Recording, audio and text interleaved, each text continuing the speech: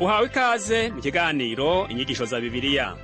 Muri iki kiganiro tugenda turaba ibice vy'ivyanditswe muri Bibiliya yera ijambo ry'Imana, tukarimbura insiguro yavyo. Ni ikiganiro gitanga inyigisho z'ivyanditswe vyera mu kiringo c'imyaka 5. Inyuma y'icigwa turaguha inomero woturonderako igihe wogira ico ugomba guterera canke kubaza. Kaze twumvirize kandi twigishwe.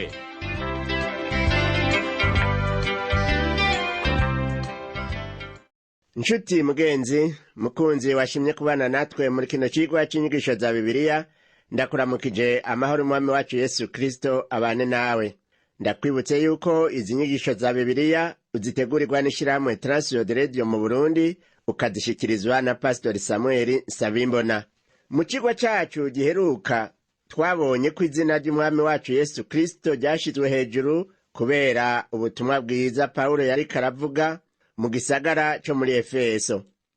Mu cigwa c'uno munsi tuja kubona ukuntu Paulo yazuye Eutuko, hanyuma turaja kubona ivyerekeye Paulo aja i Mileto. Reka rero turabe ingene Paulo yazuye Eutuko. Ndakwibutse yuko icigwa cacu co kuri uno munsi tukirabira mu gitabo c'ivyakozwe n'intumwa mu gihimba ca 20, turahera kuri uwo murongo w'8 tugeze kwa 38. Nk'uko rero twabibonye mu cigwa giheruka, Paulo ari Tirowa bakoraniye hamwe n'abandi bamanyagura imitsima. Ico gihe nyene yasiguriye abantu kugera mu gicuku. Ico cumba barimwo carimwo kandi amatara menshi. Vyabaye ibintu bidasanzwe kuko abakristo bo mw'ishengero rya mbere ntibakorana ngo bashitse mw'ijoro, ariko bashikanye mu gicugu bumva ijambo ry'Imana bongera bayitazira. Nta muntu n'umwe muri iryo joro yigeze yidoga canke ngo asohoke. Bose barihanganye kugeza arangije. Ibi rero bikwiye kutwigisha natwe ko dukwiye kwihangana igihe umusiguzi arengeje amasaha. Ariko kandi n'umusiguzi nawe akwiye kuba maso kugira ngo ntahave arambira abantu.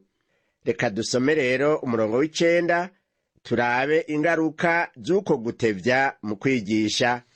Haravuga ngo, kandi mw'idirisha hari hicaye umusore yitwa Eutuko, aremerwa n'itiro ryinshi, maze Paulo arushirije gutevya mu majambo, itiro riramuremera, arakoroka avuye mw'igorofa ya 3, bamuyora ahwereye. Hari insengero zimwe usanga zifise ahantu baryamika abana igihe batanguye gusinzira bariko barasigura. Ugasanga babaryamika inyuma. Naho ari vyiza, ariko ku rundi ruhande naho biraciramwo umusiguzi. Rero twovuga ko Paulo yarazi gusigura kuko yasiguye amasaha menshi hagasinzira umuntu umwe gusa.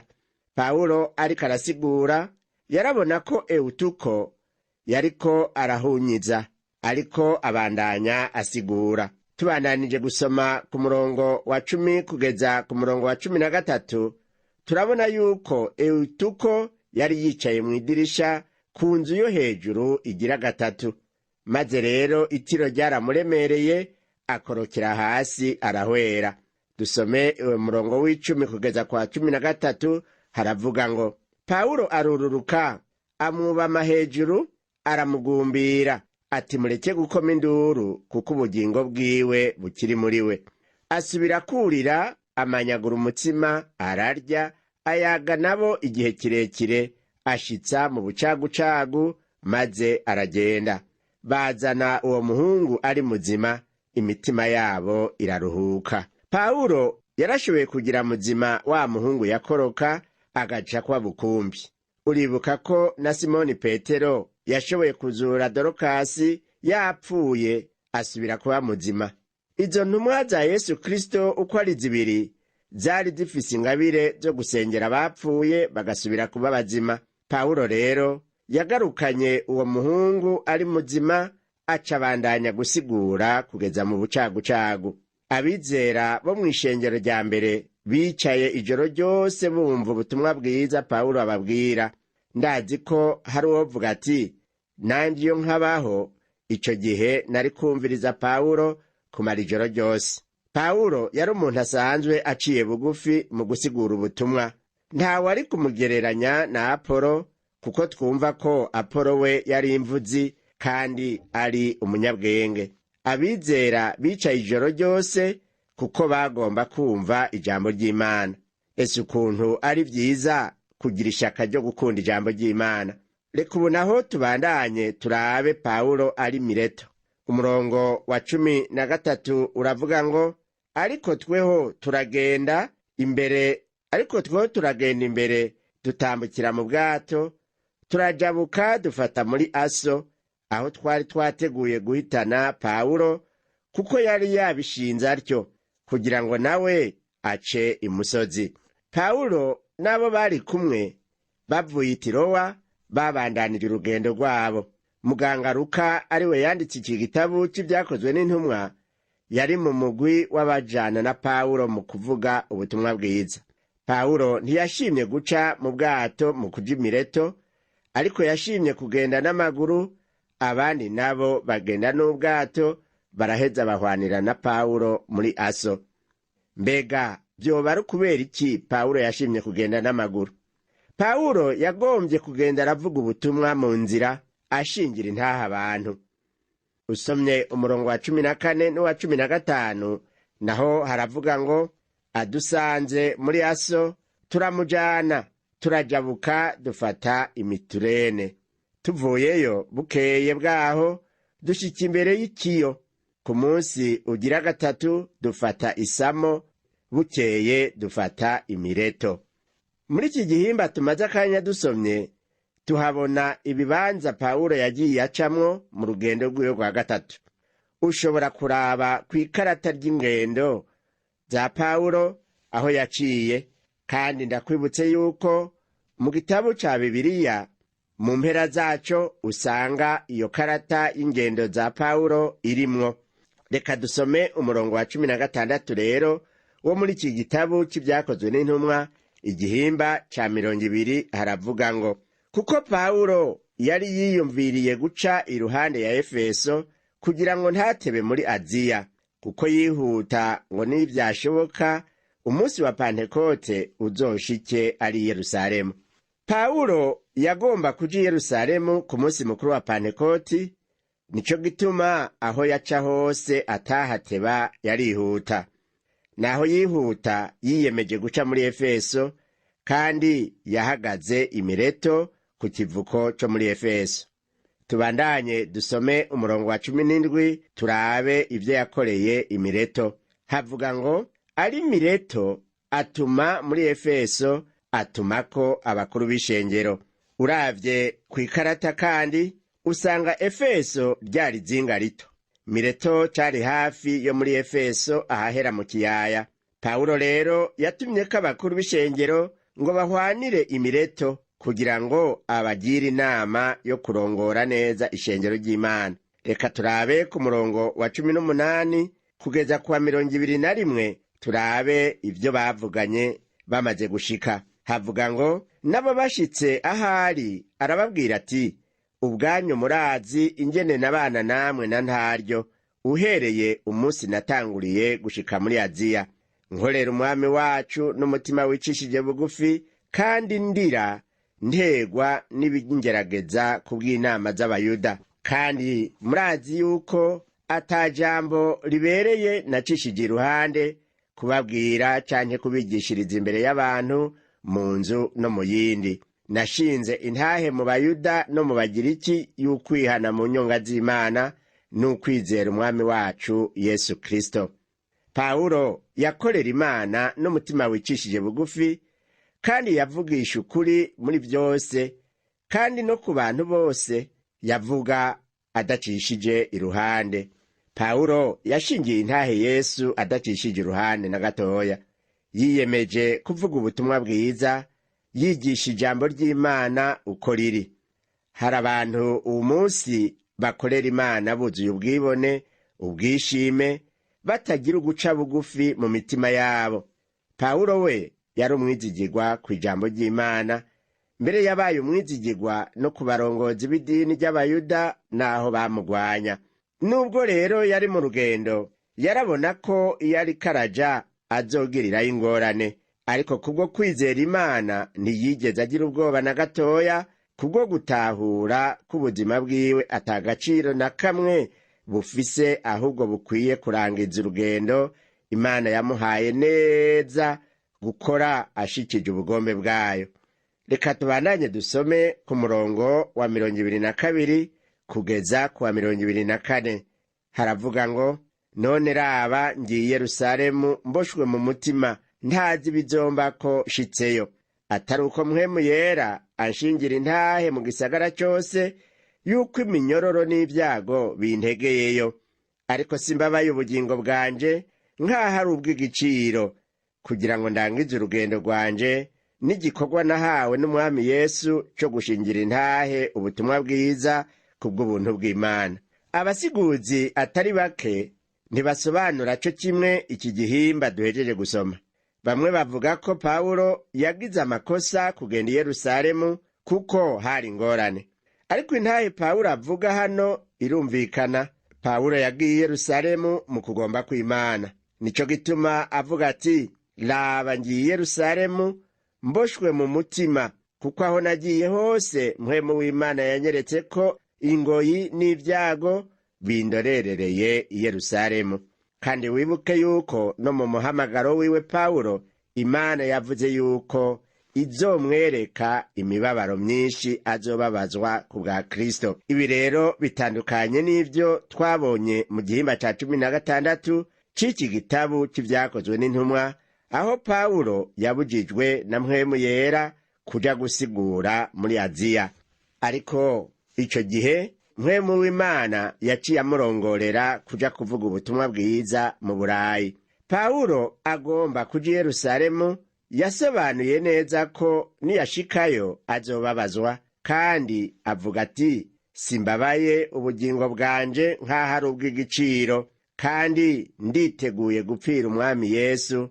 Icatuma yumva akwiye kuja i Yerusalemu nuko yagomba kugenda ashiriye imfashanyo aboro b'i Yerusalemu, kandi yagomba kuyibihera n'amaboko yiwe. Pawulo yakoreshejwe n'uburongozi bwa mpwemu yera, kandi ibyo yakora byose yarondera kumvira uwo mpwemu w'Imana. Nshuti yanje uri kuranyumviriza muri kino cigwa c'inyigisho za Bibiliya, wibaze nawe ingene ukorana na mpwemu yera. Mbega ico mpwemu akubwiye uragikora? Dusome rero ku murongo wa 25 kugeza kwa 27, turabe ico Pawulo yashishikaye avuga ashinga intahe yuko nahagiye i Yerusalemu azohabonera ibyago bitari bike, mugabo we ngo ntababaye umubiri wiwe. Ati, kandi none raba ndazi yuko mutazosubira kubona mu maso hanje abo naciyemwo mwese ndababwira iby'ubwami bw'Imana. Nico gituma ndabashingira intahe uwo munsi yuko amaraso ya bose atazonkora, kuko ntacishije iruhande ndababwira iby'Imana yashatse byose.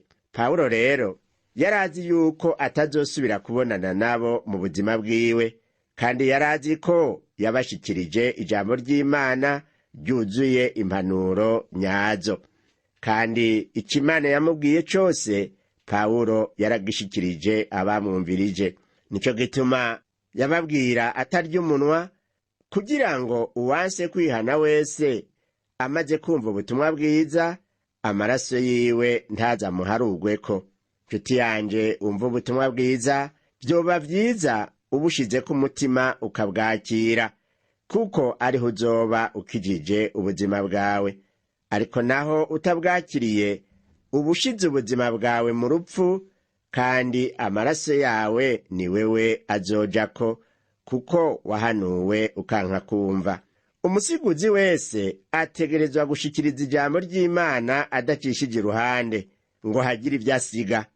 Niwumve ingene Pawulo yahanuye abo bakuru b'ishengero ngo baragire ubusho bw'Imana, nk'uko tubibona ku murongo wa 28 muri iki gihimba ca 20 c'igitabo c'ivyakozwe n'intumwa havuga ngo, mwirinde ubwanyu, muzigame n'ubusho bwose mpwemu yera yabashizemwo, ngo mube abo kubuzezwa, kugira ngo muragire ishengero ry'Imana, iryo yaguze amaraso yayo. Aka niko kazi k'abarongozi b'ishengero. Umurongozi w'ishengero wese akwiye kubona ko ishengero ryagaburiwe ijambo ry'Imana ry'ukuri, kugira ngo ntihagire abaza gutoba ishengero n'abarongoye.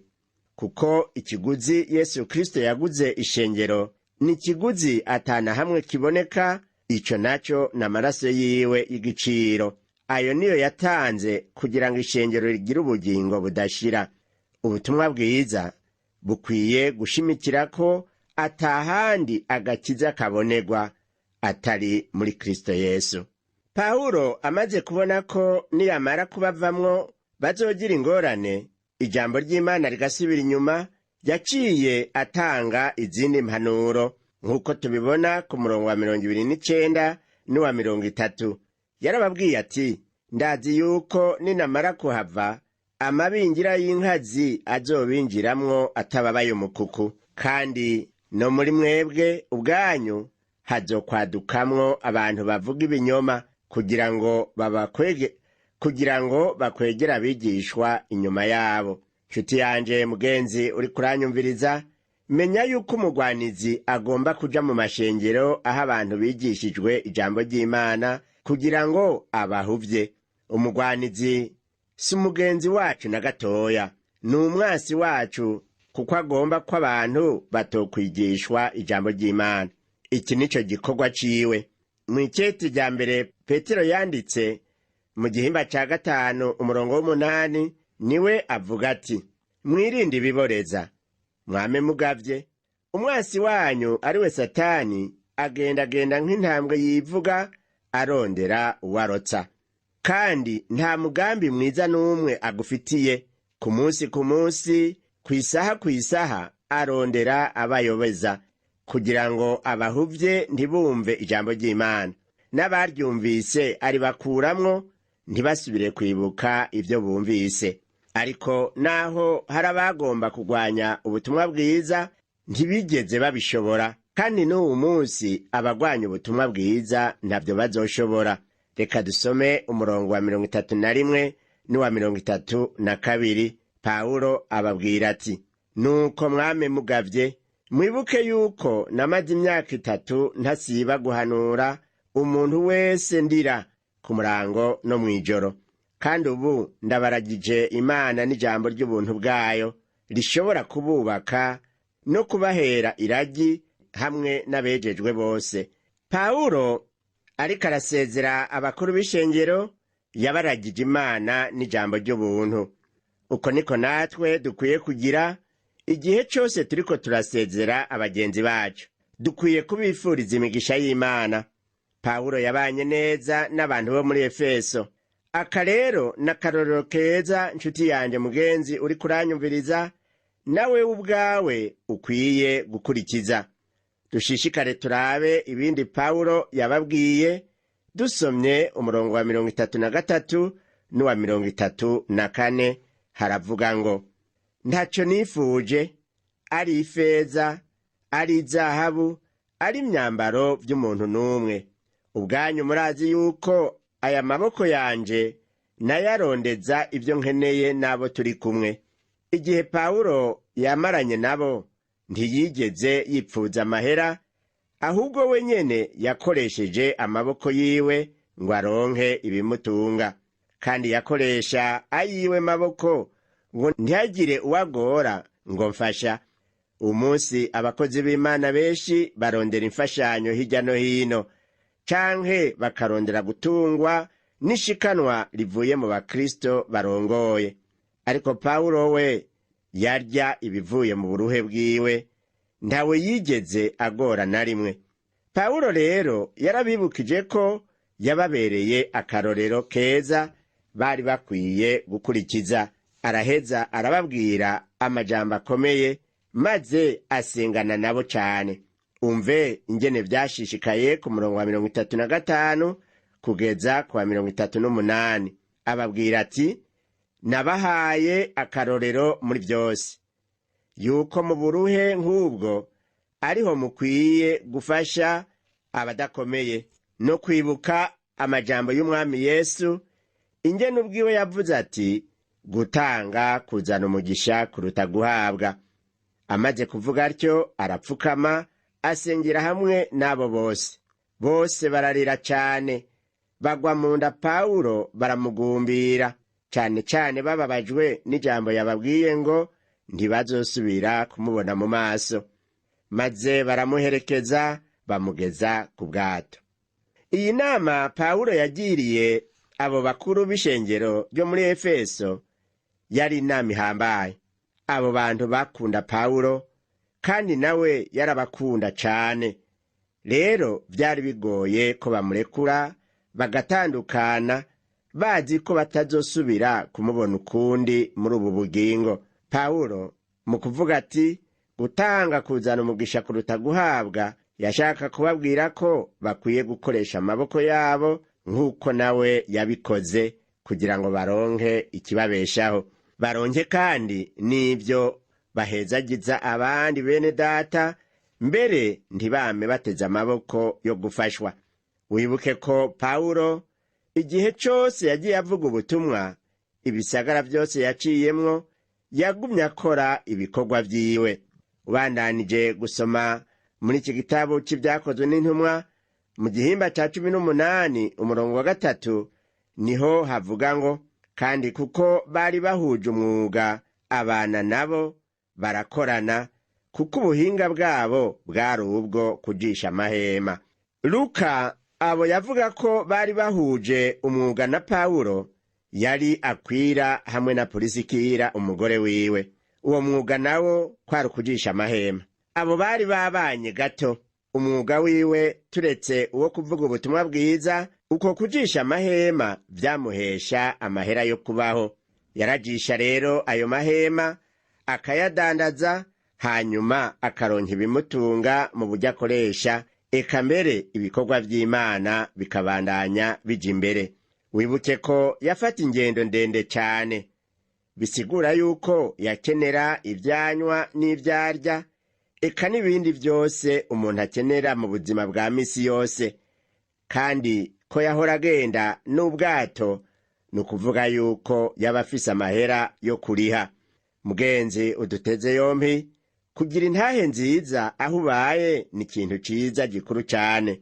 Abantu ntibashima ko mwotandukana, kuko uba uri umugisha kuri bo. Uku bakunze Pawulo kubera yarabafitiye ikimazi gikomeye, niko na Tabita vyagenze. Tabita yari yapfuye, rero kubwo gushonera impuzu abapfakazi, ivyo yahora akora akiriho vyatumye igikorwa ciza yakoze kimugarura mu buzima. Reka rero dusubire turabe ivyabaye kuri Tabita. Ahitwa Iyopa niho ivyo vyabereye, kandi uwo mwigishwa yitwa Tabita niho yaba. Dusomye ku murongo wa 36 wo mu gihimba c'8 mu bw'iki gitabo c'ivyakozwe n'intumwa, niho hatubwira ngo, kandi Iyopa hari umwigishwa yitwa Tabita, risobanurwa ngo Doruka. Uwo mugore yari n'ibikorwa vyiza vyinshi n'ubuntu bwinshi yagira. Uwo mugore yari afise ingabire nziza yo kwakira abashitsi, kandi akaba yakora igikorwa co kubarira impuzu womengo kiragayitse. Igikomeye cane uwo mukenyezi yakora, nuko muri izo mpuzu yabarira yaribuka gufasha abapfakazi hamwe n'abakene. Reka rero twumve ivyashitse muri ico gihimba nyene c'8 c'iki gitabo c'ivyakozwe n'intumwa, umurongo wa 37 n'uwa 38, niho havuga ngo, muri iyo minsi aragwara. Bamaze kuhagira ikiziga bagishira mu nzu yo hejuru. Kandi kuko iruda hari hafi y'Iyopa, abigishwa bumvise ko Petero ari bamutumako abantu 2, bamwinginga bati, ntutebe kudushikira. Petero arikora ajana nabo. Ashitseyo bamujana muri ya nzu yo hejuru. Abapfakazi bose bahagarara iruhande yiwe barira, berekana amapfundo y'imitamana Doruka yapfunditse akiri muzima. uyu mukenyezi rero ibyo yari yakoze byari byashitse ku mutima abo yabikorera. Gutandukana nawe wari umubabaro ukomeye kuri abo bapfakazi. Nshuti yanje uri kuranyumviriza muri kino cigwa c'inyigisho za Bibiliya, mbega wewe woba nawe uri umwizigirwa? Woba ufitiye ikimazi abo mubana? Mbega aya marira Doruka yaririwe wewe boyakuririra? Canke bohava bavuga bati si twe tubonye aratuvuyeko? Mbega ibyo Pawulo yamariye abantu maze bakifuza kugumana nawe hari ico wumva uri kurakora kugira ngo abantu bifuze kugumana nawe? Niwaba ufise intahe nziza, Imana ishimwe. Ariko kandi niwaba utagira intahe aho ubaye, n'akanya ko guhamagara Imana ukinginga kugira ngo iguhindure ube ingirakamaro aho ubaye, kuko ico nico Yesu Kristo akugombako. Reka rero turangize kino cigwa cacu dusenga Imana. Mana Data wa twese uri mw'ijuru, ndagukengurukiye kuri Imana ibana n'abasavyi bawe. Warakoze kubana na Pawulo mu gikorwa ciwe co gukwiza ubutumwa bwiza, kandi ukamuha umugisha wo kugira intahe nziza. Warakoze kandi kubana na Doruka, nawe nyene ukamuha kugira intahe nziza. Ivyo bikaba vyatumye abantu babana nabo batifuza gutandukana nabo. Mana ndasengeye umuntu ariko arakurikira kino cigwa c'inyigisho za Bibiliya, kugira ngo nawe umuhe umugisha wo kugira intahe yotuma abandi bifuza kugumana nawe. Umuhe mpwemu wawe yera amurongore, nawe amwumvire, aheze amushikane ku kugororoka kose. Ndabisavye mu izina ry'Umwami n'Umukiza wacu Yesu Kristo, amen. Cigwa cacu co kuri uno munsi kigarukiye ngaha, naho ubutaha Umwami wacu Yesu Kristo aguhezagire. Wakoze kumviriza icigwa c'ijambo ry'Imana c'uyu munsi. Ushobora kumviriza n'ibindi biganiro by'inyigisho za Bibiliya, canke ukabikwega kuri uru rubuga rwa interinete rukurikira: http utuburungu tubiri uturongo tubiri duhengetse ttb akaburungu twr/org. Ushobora kumviriza ikiganiro co muri iyi ndwi, canke ugafyonda ahanditswe ngo rondera ukurikije itariki kugira ngo wumvirize ikiganiro camaze kurengana. Ushobora no gufyonda ahanditswe ngo rondera ukurikije ivyanditswe kugira ngo wumve ibiri muri ico gice c'ivyanditswe vyera ugomba. Ufise ico wunganira canke ubaza, twandikire. Email ni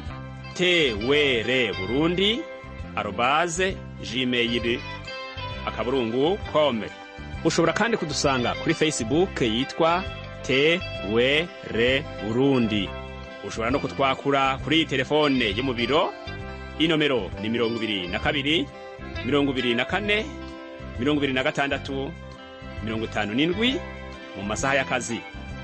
Canke kuri telefone ngendanwa, inomero ni 69 67 12 77 79 74 19 93. Udusanga kandi kuri WhatsApp, nimero ni 79 38 71 99. Yesu aguhezagire.